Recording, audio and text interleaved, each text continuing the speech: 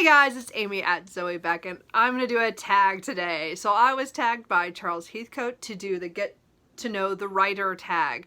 So some of you may know that I do write for fun. I'm not quite on his level of actually publishing books, but I have finished quite a few of my own, so it's just fun for me. So I am going to do this tag. I'm kind of excited. I don't know who the original was. If I find it, I will have it linked down below. Or if you know, let me know. I will try to look for that. So I'm just going to go through the questions. So let's get to it. This is a perfect month to be doing this because NaNoWriMo is going on. Again, that's National Novel Writing Month. And I have taken part, this is my 15th year, so I'm super excited that I actually did participate this year because I was really on the fence because of 2020. So I'm glad I did. It's been going really well. So anyway, let's jump into the questions here. So question number 1 is, at what time of day do you usually write?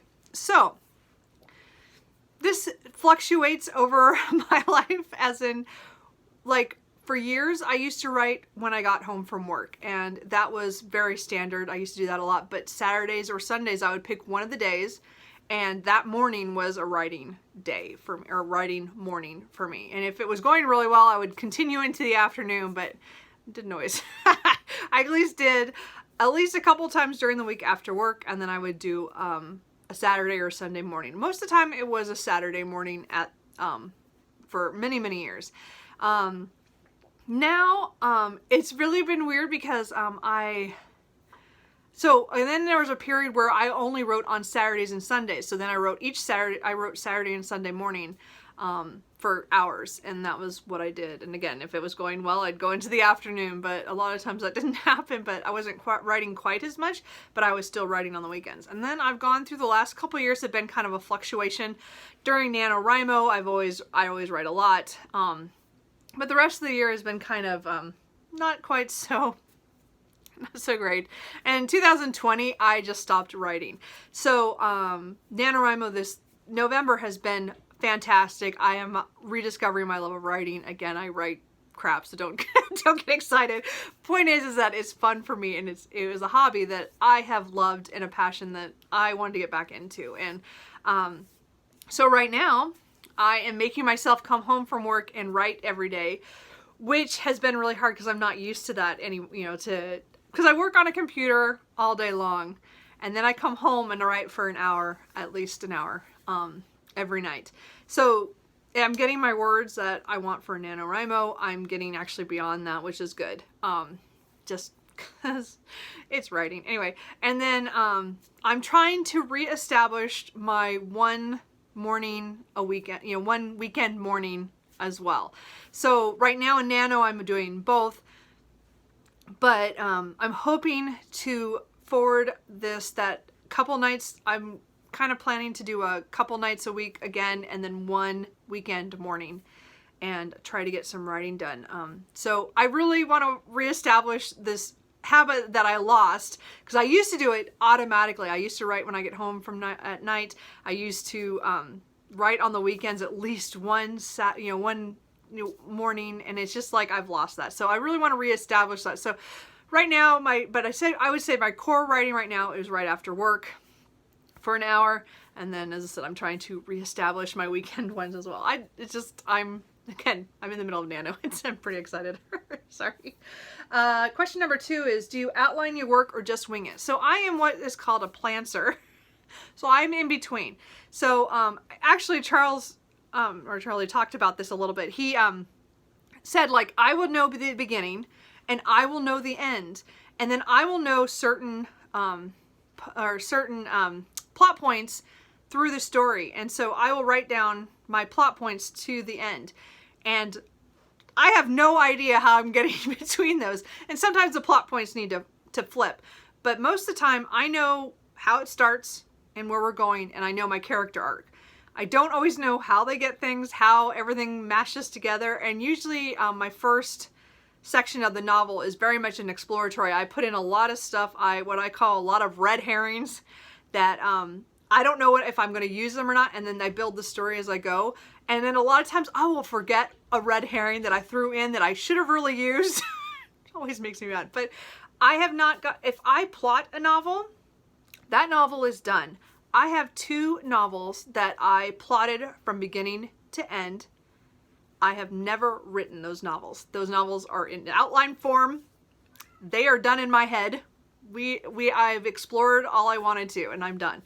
Which doesn't make any sense. So I am not a plotter, like full out plotter. I have to have space to move. I have to have, be able to have some movement that I can change things around.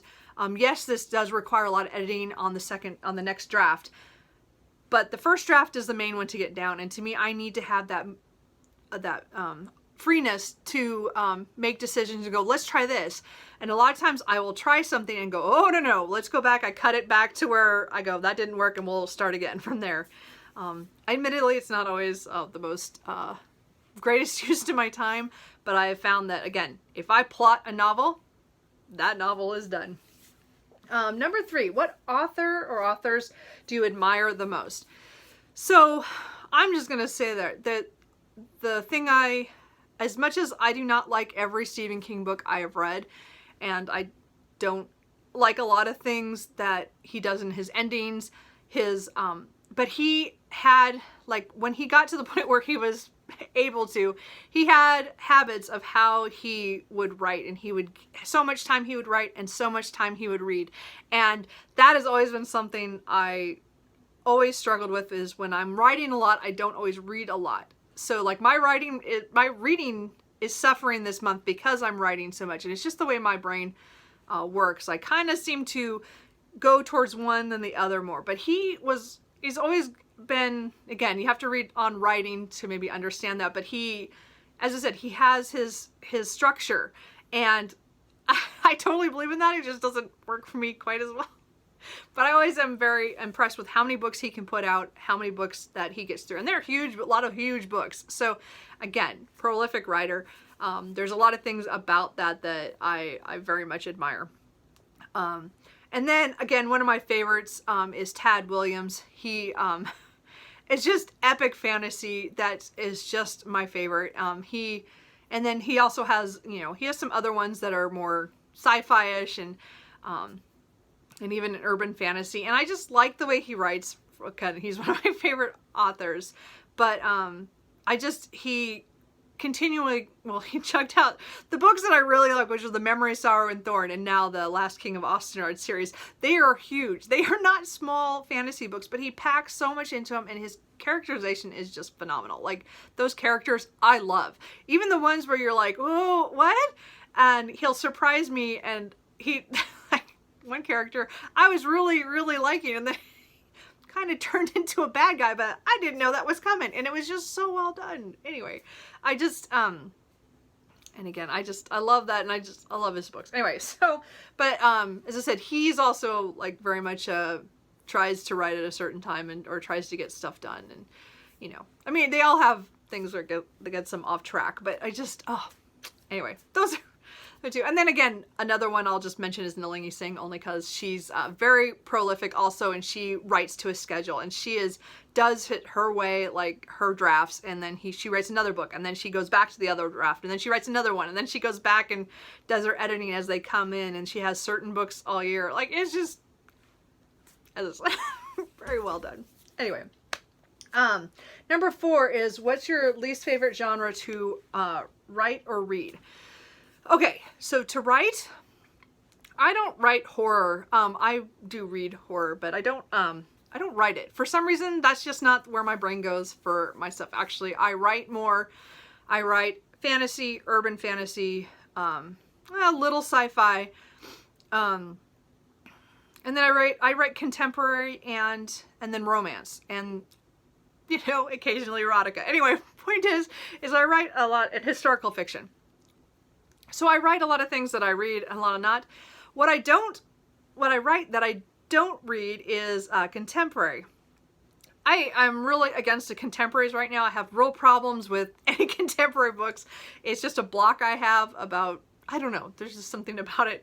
So I don't read a whole lot of contemporary, but I seem to have moods where I have to write contemporary. And even though there have nothing, I don't know where they come from. As I said, ideas pop up from anywhere. So I just write whatever I want to, pretty much. But I would say the genre I do not write is horror, I just never, I mean, I've written scary urban fantasy stories, but they're not quite to the horror level. I don't get to the gore. I don't get to the psychological to that point. Like mine's, it's not that.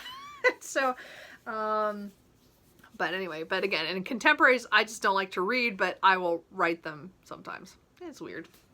Mood swings, I guess, on that. I don't know. Number 5 is, what do you want writing? Do you want writing to be a hobby, or is your goal to write full time? So, of course, for many years, I really wanted to get to the point where I could write full time. I've just come to realize that I don't have that writing ability at this point. Even when I was writing a whole bunch about 10 years ago, I was very, very prolific. And again, I wrote all the time. But I said, I finished a lot of novels that are here in my house or on my computer. But I've always found there was always some fatal flaw, that I had done something that to me worked, but it didn't work for my beta readers, or, you know, so there's always something wrong with them. I just got to the point where I got frustrated. And so I just said, okay, look, I'm just going to write for fun, and I'm not going to stress about this. If I ever write something that I find is to that level, I will then again pursue it. And again, I have been involved in writing groups since since college. I've been in and out of different ones. I've had some friends for many, many years from groups I've had. I have friends who have published independently. Again, one of my friends this year, actually 2 of my friends, they both were in my writing group from Sacramento, and they both published this year. So it's weird. I was in a group, we were all trying to be published. It's just, I backed away. So I'm considering it now a hobby. It's a hobby I want to get back into. Anyway, I already said that. But the point is that I love to write. I don't think I'm that good of a writer to make, I think I have good ideas, and I think I do execute some of them very well. I just don't know if I can I don't have the whole package yet. I'm still working on it. Anyway, so as I said, maybe in another dozen years, I will be ready. We'll see. Number 6, what is the hardest part of writing for you? Keeping it short.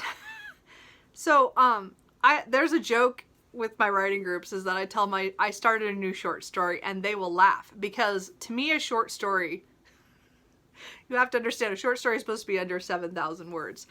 To me, a short story is about 30,000. Like, I can't write short. Like, my ideas are too big for a short story timeline. Like, I want to explore things. I want to throw all these things in there. Of course, again, all my red herrings. And so I'm very much a writer who just keeps expanding. And so a little simple what if question can just blow up into a novel. I have at least 4 accidental novels that started out, and I wanted to finish them about maybe 7,000, maybe 10,000 at the most, maybe, you know. Yeah, no, they were over 100,000. So I have a trouble with keeping things short. So I don't write many. I would never say I was a short story writer. I think I've written maybe 2 or 3 that I would consider good short stories. Just mostly I can't write short. And so my biggest problem is reining in my ideas. And as I said, I expand my worlds really quickly and a lot of characters, but I love all that kind of stuff. That's the kind of stuff I like to read. So I think that's why I make it very realistic that way, with a lot of people, and a lot of things going on. Maybe not all that's needed for the plot, but you know, that's just the way it is. Number 7, do you have a writing routine? Again, I mentioned this a little bit. I have not for the last couple of years been very offset. I'm hoping to reestablish that after this month and just get back to at least a couple days a week, spending a few hours writing. I think that's just really what I need to do. Number 8 is, what's your solution to writer's block? Wow. When I'm in the middle of a novel and something is like, I just can't move forward yet. I'm not one of those people who can write. I have to write linearly in that novel. And so what I will do is I will just keep writing. And again, I will make wrong turns, and then I'll have to go back and cut it. But at least I can explore things. But a lot of times, if I just don't want to write the next scene and I just need a break, I'll just write something new. I'll just start a new project. And yeah, that's happened where I've been in the middle of a novel and I will write another one while I was doing that one, then I came back and finished that one. It has happened. Not recently, again, as I said, the last couple of years I've not written a whole lot. So again, more of my past, but it's still something that's happened. But to me, again, to get off of writer's block, I just don't work on the project you're working on. Work on something else. Just do something for fun. Just do prompts. Do something else just to offset. I mean, again, if it's just you have a writer's block for a day, that's not a problem. But if you feel like it's been a couple of days or a couple of weeks or a couple of months like I've had, I'm finding prompts right now are really helping me get back into it. And even though I abandon them after a day or two, I at least play with a little bit and play with characters and play with plots, and then I'll move on to the next one. It'll be something completely different, but I'm still moving, I'm growing, I'm writing, I'm creating something. There. And then the next two questions don't seriously apply to me. I have never, so number 9 is how long have you had a writing blog? So I never went that route. I did start a WordPress many years ago, and I was going to do that. Actually, my channel name, Zoe Beck, is one of the names I was going to write under at some point.